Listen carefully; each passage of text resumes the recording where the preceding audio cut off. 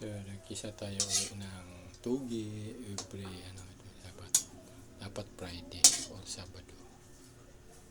Tugi, may bawang, may sibuyas, at luya, parang kamatis. Atay,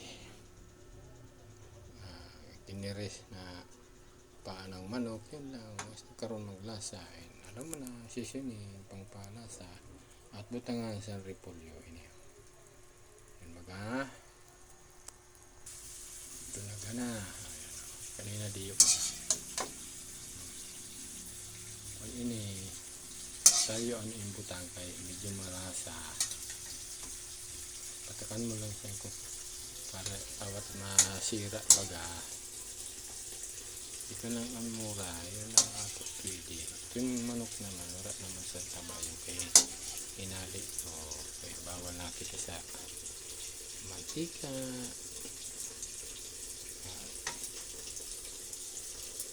Tipid, baga.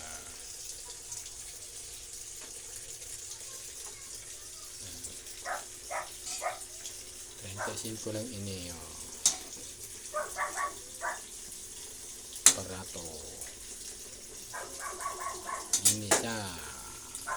Ini repolyo na siya. Yung dako sang kumo sini 20. Tuhon baga.